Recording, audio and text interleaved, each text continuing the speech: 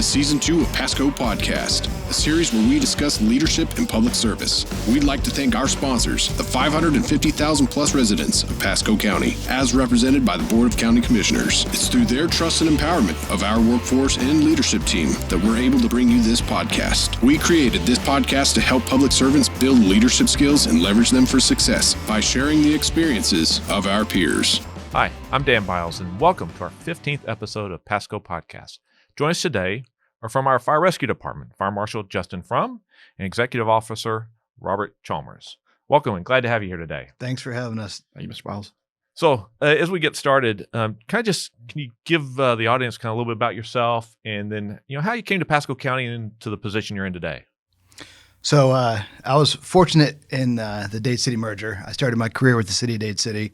Had a desire to serve the public, and I spent some years over there in both capacities of law enforcement and fire with the city. And then in 2003, we entertained the merger with Fire Rescue Services to come to the county. So I onboarded with the county then, and been here since. Excited to be here. Thankful for the opportunity. It was a unique position, and the transition that we went through at the time with the city of Dade City and the county, I think set a standard for a smooth transition with the recent merger of Zephyr Hills. Right. And you're fire marshal now, but you were fire inspector, investigator, and arson investigator. Correct. Right? So when I came over from the city, I came over as a firefighter paramedic, and I stayed at the police department in a part-time capacity, still working patrol, and then worked throughout the county as a firefighter paramedic. And then had the opportunity when we introduced the arson investigators in the law enforcement aspect in the arson investigations unit to transition my law enforcement certification to the sheriff's office and worked fire investigations for the county for a few years. Then they expanded the division and introduced the deputy fire marshal position. I was fortunate enough to promote into that, and then the beginning of this year onto fire marshal. Yeah, great. That's great. Thanks, Robbie. Very good. Myself, I got to get started with Pasco County as a volunteer in 1999. Did that for about 5.5 years. Got hired in 2005. Fortunately, I had a heart attack in 2007. I had to leave the county. I then went back to school, finished my degrees, and then went into the private sector for about 12 years. Worked in cardiac perfusion. And then in about 2017, had the opportunity to come back to Pasco County. I'm in the program administrator role. I've been here ever since. So a lot of people aren't going to understand program administrator role, executive officer. Kind of explain what you do in that role. Get to assist the division chiefs, deputy chiefs, and the fire chief with helping day-to-day operations, long-term strategic planning, performance development within the fire rescue division, sir. Right. And one of the recent things is the accreditation for the rescue piece, right? Yes, sir. For CAS accreditation, which is a commission on accreditation of ambulance services that pretty much validates the service delivery that we provide to our citizens of Pasco County. Yeah, and so, for those, we're not just a small fire department. We're the second or third largest in the region, almost 700 now, firefighter, paramedics, covering 740 square miles. And I always get the number of active stations wrong. I think it's 26, yeah. So 24-hour operations, so a lot going on. And then we're building like crazy across the county. So we have a lot going on in the inspection side too. Absolutely. Through the expansion and the rapid development of the commercial base, we work hand in hand with BCS, Building Construction Services. We integrate full-time inspectors doing field inspections. We have full-time plans examiners. They're covering the mechanical trades and other trades, and then we're ensuring all fire and life safety measures are in place in the plan review process, and then following up with those field inspections to ensure they're being built to code. Right. So a lot of what your team does is all about preventing the actual response. Community risk, absolutely. Right. If we can prevent that emergency before we have to mitigate it, we're saving across the agency. Yeah, saving lives, saving time, saving money. So great. So, part of this is about leadership and really about public service and how they intertwine and how we use our leadership skills to do public service, right? So kind of give us a little bit about your leadership philosophy and how you lead people. I think for me personally, it's servant leadership. Okay. And trying to establish a contagious culture that people want to come to. Right. I remember, all through my childhood and pickup games, whether it be dodgeball, kickball, baseball, football, when you'd have that captain selection, you'd all pull together and they'd pick those two captains. everybody desired to be and play for one team or the other. And Right. as those picks were going back and forth, if it wasn't the captain that you wanted to play for, you'd avoid eye contact and you wouldn't engage in that. And then when it came to his pick, you'd boast up and make eye contact and be ready to play. And just creating a culture where people want to come join that and be a part of that. Showing their value that they bring. Game-changing opportunities, day-to-day operations, that their opinion matters, their ethics, their integrity, it's all valued at the divisional level. And, that little impact is on the grander scale of what we as a division offer the department, and the department in turn offers to the county. Right. It's like the contagious aspect of that, right? Certainly. Really get people engaged and involved in the work they do. Certainly. Right. So Robbie? I think one of the biggest things for me, and continuing off what Chief Frum said, was when you work for an organization, and you going back to your dodgeball example, where everybody gets along and you have the culture there of trust, you don't care what team you get picked on, Right. because no matter what assignment you're going to have, you're going to be happy to be doing it. Right. And I think with Pasco County, and I think you and I started right about the same time. Right. And going back to old county administrators back in the day, I see a definite culture shift, and I feel that there's there's trust here now. There's a lot of value, Mm-hmm. and you feel appreciated. Right. And I think And that's really in your role, you work with a lot of different people, but you're not their supervisor, right?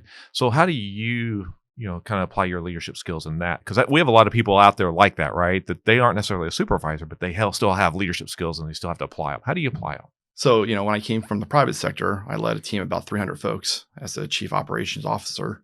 Then I came to Pasco County, and like you said, I lead absolutely nobody. Right. But, being in a senior position, I've come to, find ways to effectively work with and communicate with divisional leaders to move the organization forward. Right. Right. So not necessarily chain of command leadership, but more referential treatment, right? Leadership. effective communication, Yeah. Collaboration, and just finding ways to connect with, different personalities within the organization. Right. To find ways to do things. So, to that, you certainly don't need to be in a supervisory position to be a leader. Right. We Right, have right. that in our foundation employees to Right. all through our senior management, and enabling them and valuing that opinion and that direction or that insight, and having people like Robbie to go to and seek counsel and direction and get input and insight. So there's leadership opportunity for everybody in the organization, and enabling them and entrusting them. That's a key factor to bring that to fruition. Right. Right. Well, and probably 75%, 80% of our organization doesn't have anybody that works for them. Right. Certainly. And so if we ignore that piece of the leadership team, we're ignoring a massive amount of the organization from a leadership perspective. So as you were in your career and as you were kind of growing through your career, when did you kind of realize you wanted to lead others, and how did that happen? You want to start or Go ahead. Chief? I think for myself, I've known that growing up, not really knowing how to do it, but I think I've always had the inhibition to always do my best. Right. And always try to pursue excellence. I do that by always having goals for myself and hang out with people that are also goal driven.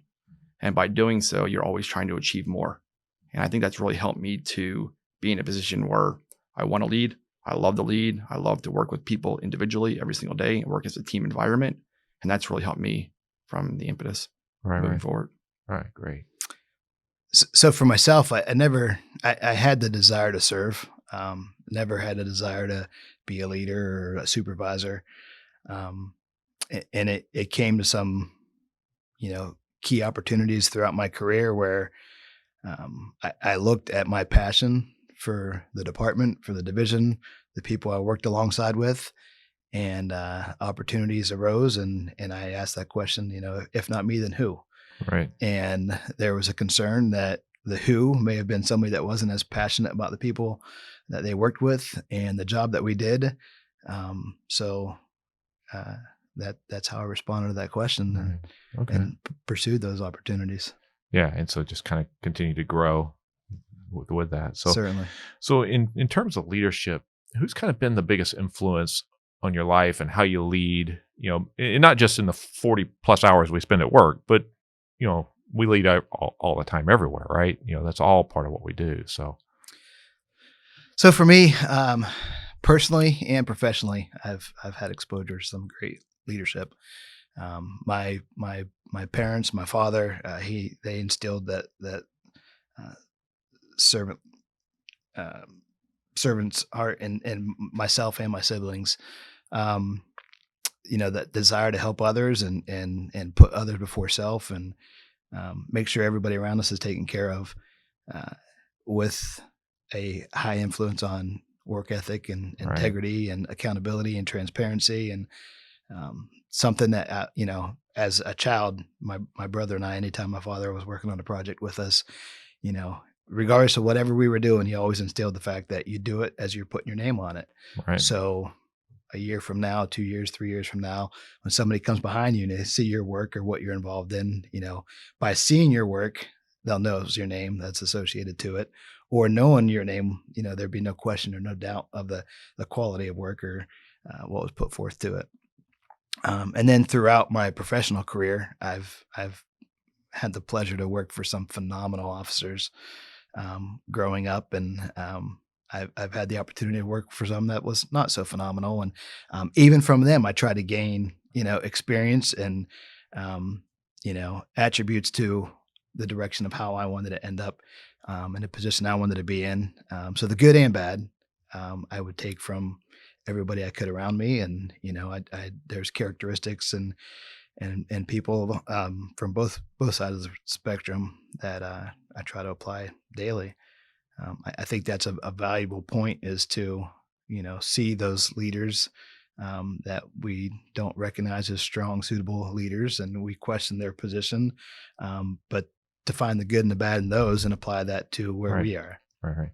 Man, you can learn from everybody, and sometimes the bad experiences you learn more from than you do the good experiences, right? Certainly. Yeah. For myself, it started like Chief Frum, my family. I was very blessed to grow up with an amazing, set of parents, my sister, and I've always held me accountable for everything I do. And I think that's really been instilled as I move forward into my professional career. I worked with some amazing leaders, amazing bosses that have really just mentored me and have allowed me to learn every single day I come to work. And that's continued into Pasco County. Right. So truly blessed. Right. So as you look back on your career, what are some kind of key lessons you've learned, stories about leadership and things that have happened that you've taken away, things that have helped build your style and your leadership? For both good and bad. I mean, we all have both of those, right? We all have failures and successes. So I think I can probably speak for both of us. Don't be scared to fail. Yeah. I think I learned more from every failure that I've ever had than any success that I've ever had in my life. And the ownership of those failures. Correct. Assuming that responsibility, taking that ownership, and then as into a leadership role, even when that burden may not be on you, to own that and harness that on behalf of the team that you may be at the forefront of, that those are some key valuable takeaways. And then, moving beyond that, I think, the tough conversations with the people you work with, that's a must. But with your transparency, your accountability, setting out your expectations and modeling those expectations eases those tough conversations when you have to have those. Yeah, and I don't think anybody enjoys tough conversations. Certainly not. But they're almost one of those things that if you don't do, you're having a bigger harm on the organization or your team than if you have, and for the individual, right? Absolutely. In Pasco County, I think as a county entity, we truly live our mission, vision, value statements. Our values really undergird what we do every single day. If you don't have respect, you're not going to stay here because, your management team, your leadership team is not going to stand for that. And I think that's what really helps build the bond within our communities and with our teams. And we get the respect internally and externally with our stakeholders. Right. And that really helps us. Yeah, I think that's a great point. Yeah, there, Robbie. One of the things that we've seen in the engagement survey is that it seems like every year when you do the word cloud, our core values are represented more and more positively every year, and that's that's vital to us. That's who we are, right? That's our DNA, is our core values. And you mentioned respect, but integrity, service excellence, which is excellence in all you do. That's I see it on every fire engine, right? And then innovation, which we see a lot of that. People are coming from all over the country to see some of the things y'all are doing in fire rescue because of the work you're doing. And when you speak to excellence, and we have it on all of our apparatus, committed to excellence. It's a bold and audacious statement, but it's also that accountability factor that we're going to declare it and we're going to own it, and we're being transparent with our community that is our expectation on your behalf. We want you to hold us to that caliber, and nothing shy of excellence in all our delivery aspects. Right. Yeah, and it's and you're typically delivering a service on somebody's worst day. It's not a good day when you show up. Certainly, right? Absolutely, right? Absolutely. And that's a nature of the beast, and we've modeled a system where we've got the right people at the forefront responding to those calls for service. It doesn't matter to the person calling 911 what T-shirt you're wearing, or what uniform you're wearing, or what color your fire truck is. How we respond and handle that need and mitigate that emergency. At the end of the day, that's what it's about, and that's what they care about. But being transparent with those expectations is our accountability factor. Right. Yeah. So. And with administration, we do such a small piece of the puzzle. We help plan for the future, look at data-driven aspects, and try to see how we're doing as an organization. But the men and women that we have on the front lines, and our training division that trains our future of Pasco County, our senior leadership, shift commanders, battalion chiefs, captains, drivers that go out and train every single day. Our public education team that looks for, and our PIO that searches for the next group of new hires to bring into the organization. Right. That's truly what makes Pasco County fantastic. The leadership team that's doing the day-to-day operations, kind of planning for the future, such a small piece of it. It's the men and women on the front lines that really and that couldn't be truer. You could take all the senior staff and administration and give us a year off, and calls are going to get answered just as they are today, with that care, compassion, and service excellence that's been instilled across the agency. An example, I took a week off. I took advantage of the holiday week last week, and I burned some time, and I didn't pick up my phone once. I had nobody calling.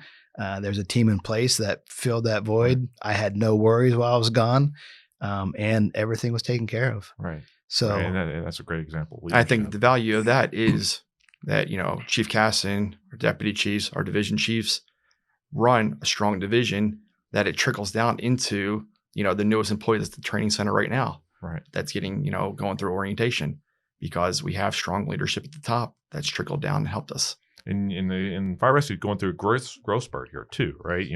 4 new fire stations coming online over the next couple of years, a couple different rescue units coming online on top of that. Additional rescues, brand new service delivery areas. Different services, from a hazmat team, and some other things that we kind of have teed up to do in the future.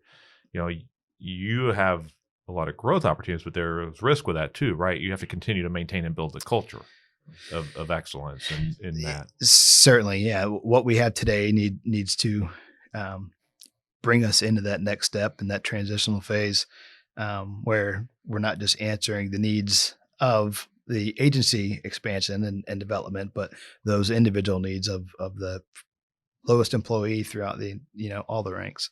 Right. Yeah, and that's we think about it. As a non-firefighter, you think about, oh yeah, they go to work, then they get to work out, then they they sleep on the job at night, checkers, and then you check their call schedule. It's like, okay, 2 a.m. 4 a.m.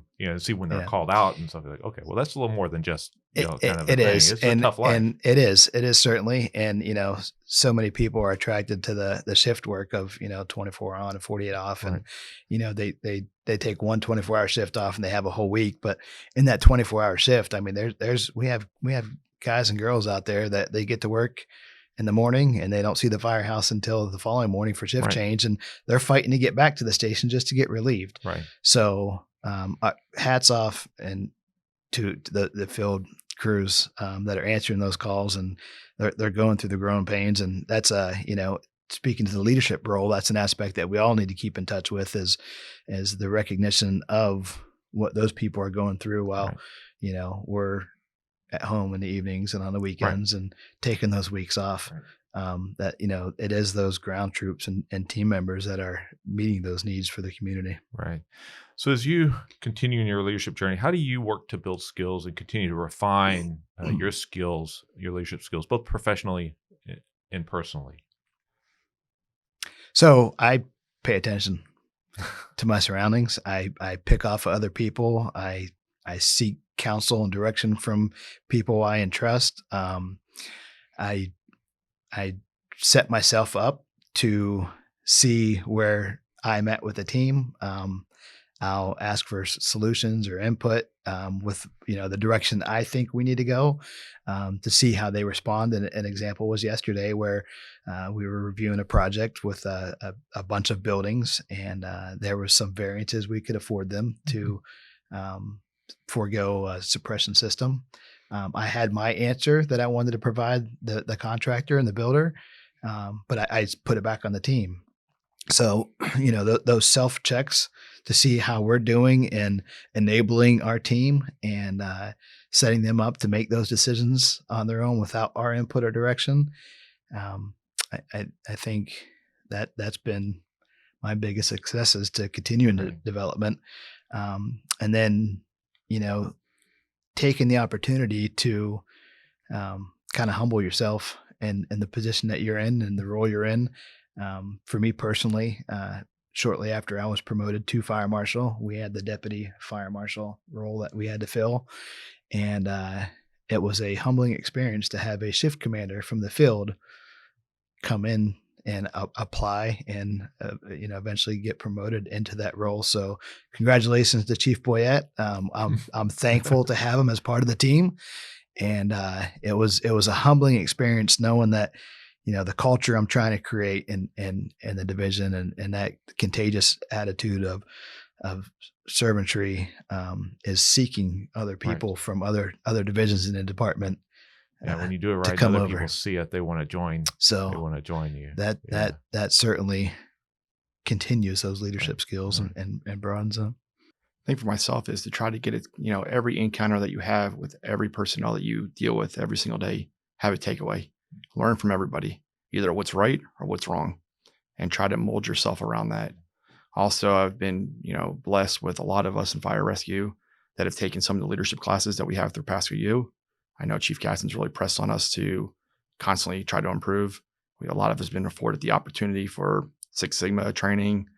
And myself personally continue taking leadership through the CPM course as well, offered through FSU, through Pasco County as well. That's truly helped us. Okay.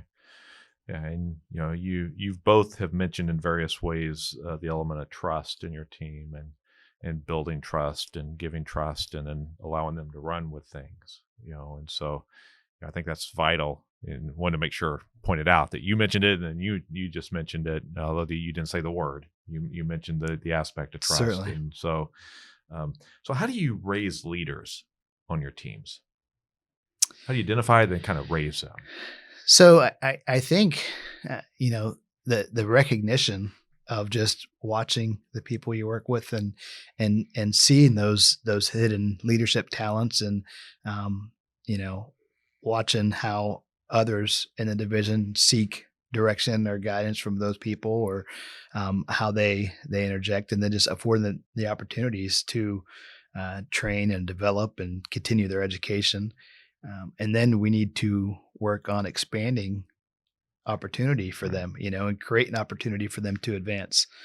Fortunately, through our recent BPI and the fee schedule, we've created opportunities to now we're in the division. We recognize those people that are stepping up and answering that call, unbeknown to any opportunity for advancement, where we have qualified, solid candidates to where we'll be able to plug into those roles once they're open and released. So equally important to recognizing them, I think, is creating the opportunity for the advancement and growth in their career. Right. One thing you said this morning, Mr. Biles, at the town hall meeting was finding ways to hire to retire. I found that very interesting, trying to keep somebody here for 10, 20, 30 years, depending on what part of their life cycle they come to Pasco County. But having that mentality and that approach is really, what more of a way do you show someone their value than to try to get them to come to Pasco, then retire, 20 or 30 years later. Right. And building off the trust is, I think effective leadership is trusting your people to do what you ask of them without micromanaging them, showing them that you trust them, giving them the autonomy to do the work of the organization. Right. And I think that's one way. When they have the autonomy, they have the trust, they feel empowered. Right. Once they feel empowered, they will do the work of the organization of what you need to be done in order to succeed. Yeah, and they also have high expectations for them as well, Correct. right? Because people want to meet and exceed your expectations generally. Correct. So, yeah, no, that's really good stuff. And we went through, and we look back. None of us were there in the 50s and 60s where people got hired at a job and they stayed there for their whole life, right? And then we went through. Everybody was changing jobs every 5 or 6 years, and then what we find now is that the newer generations don't necessarily job hop as much as people think they do. And so if we build a culture that works, somebody will start here as an accountant too, or firefighter, paramedic, and the next thing you know, 30 years has gone by, and they're running a department, or they're a division chief, or or whatever. And so but you got to build that culture, that team that wants people to stay, that people want to stay, right? Certainly. And that's that contagious culture that people want to come to, right. They want to come to and they want to stay at. So, creating that culture and that atmosphere that, has that position where people are seeking to come to, it's equally important to invest in retaining them and keeping them there. So affording them the opportunities to grow, recognition, appreciation, they're all important attributes to retaining them. So that's probably harder, the retention aspect, than it is the solicitation. Yeah. Well, and you mentioned servant leadership early on, and that's part of not taking care of the worker. That's part of taking care of the person.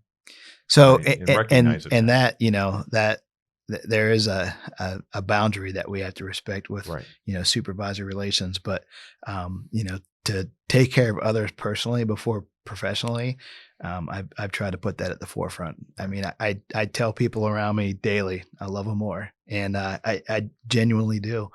The people that I surround myself with at work, we create our groups and our cliques of like-minded individuals with the same integrity and ethics and values. And when you get to a position to where you're putting them before yourself, it's equally important that they know that. So that instilling that trust and that relationship and bringing it to a personal level, I think is more important than the professional level. Right. Yeah. When I think you treat somebody as though they're more than just a team member or personnel, and truly know who they are as a person, really wants people to want to stay with an organization. Right. I don't want to just be someone, Rob, that works 40 hours a week at Pasco County and then goes home. Right. If when you ask me about how's my family doing, how my parents, on the way over here, Chief Frum's asked me, hey, how's your parents doing? That really makes me feel valued by the people I work with. Right. So I try to make sure every encounter that I have, I always try to get that connection more so than just a work related thing. Try to bring a personal aspect into that. Yeah, because people bring their whole person to work. Correct. Right. Sir. I mean, correct. A lot of the management theory over the years ignored all that, right? And it was, we were just cogs on the wheel, right? And, but I think over the last 10 to 20 years, people are starting to realize that it's a whole person and you got to take care of the whole person. And I love that. That's great. Life's bigger out of the ofher than it is in the office, right. And we need to interject that out of the office into the office. Prioritizing that and expanding the professional values into those personal values. Right. That's a key to that retention aspect as well. Right. Yeah. When people feel valued, they want to be part of that. They want to be part of the team and do that. So as we kind of wrap up, any tools or wisdom you'd like to kind of share with those listening? We kind of talked to a whole bunch of stuff, but I know there's still some nuggets out there that maybe we missed. Take every opportunity to learn from the environment. just from sitting here at this podcast, sir, I'm learning so much. Every meeting we go to, I learn from the people that I have the meetings with. My supervisors, I learned every single day from each and every one of them. Everyone that works, doesn't matter what your position is in this county, you have something to offer and learn from, and never waste an encounter. Right. So 2 key takeaways, and they came from the leadership series that you assigned in your leadership library. Leaders eat last. Right. But my biggest takeaway is they go first. Right. Yeah. So, more so than eating last, we need to go first.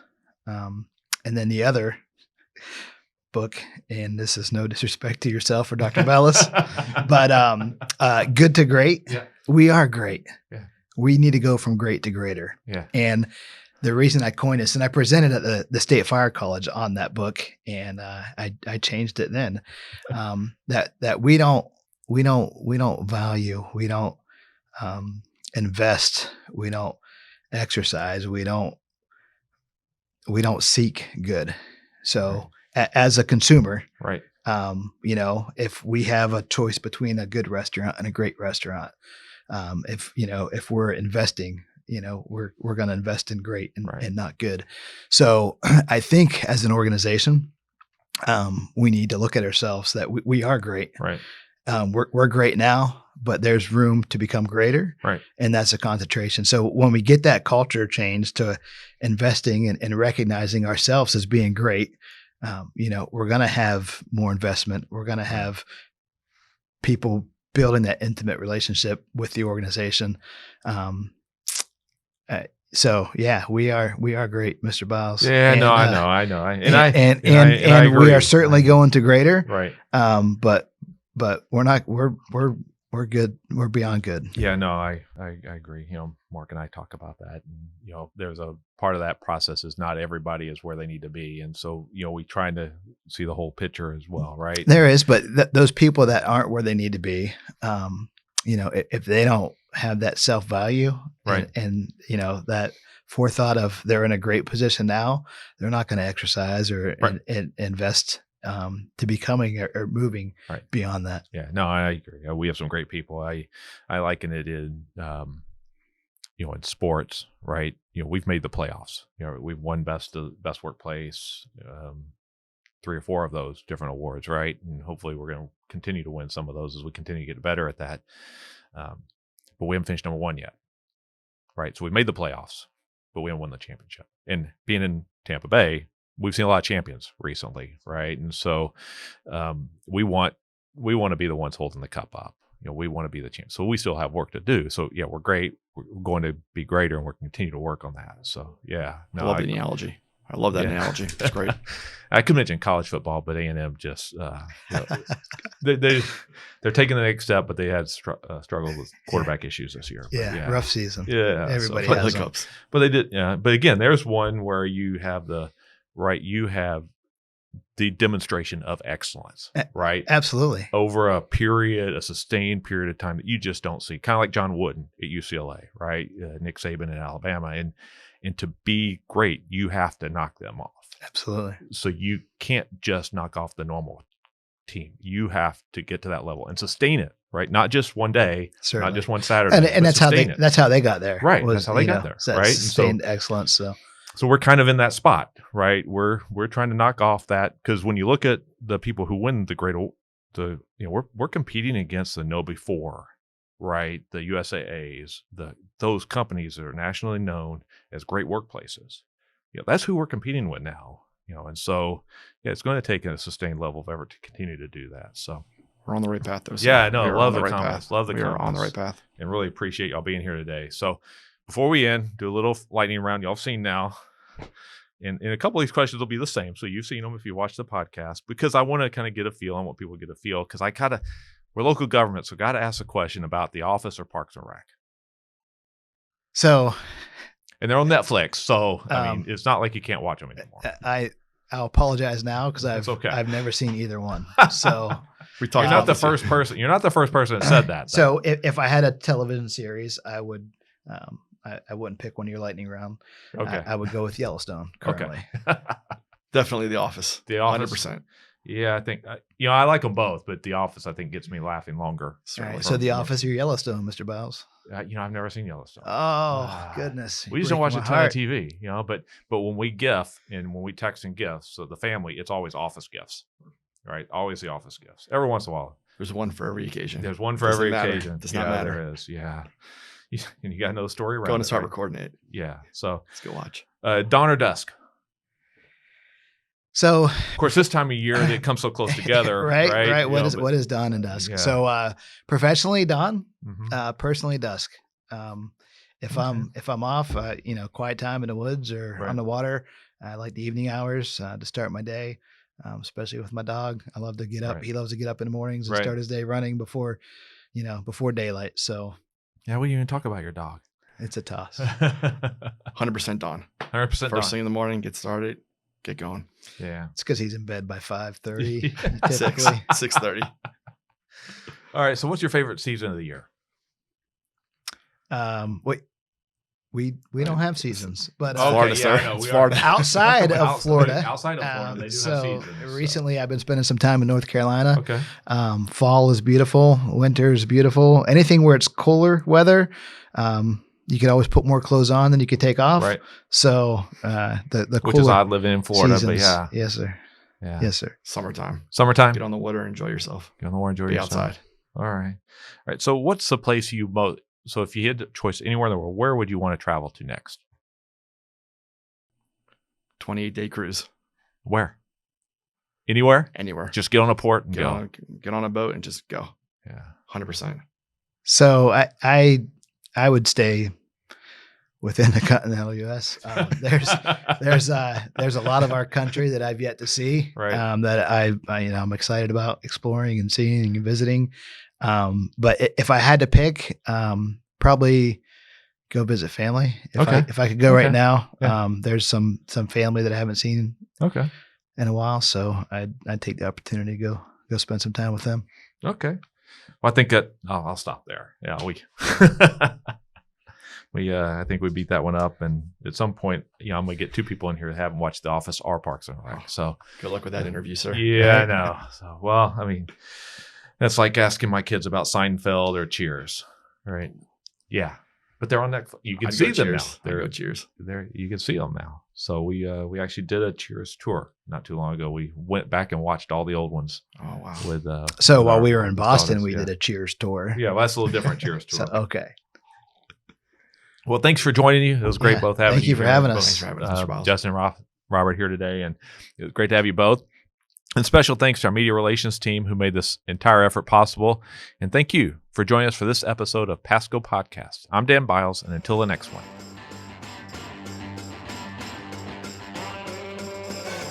For more information on Pasco County government, please visit mypasco.net and check us out on Facebook and Twitter.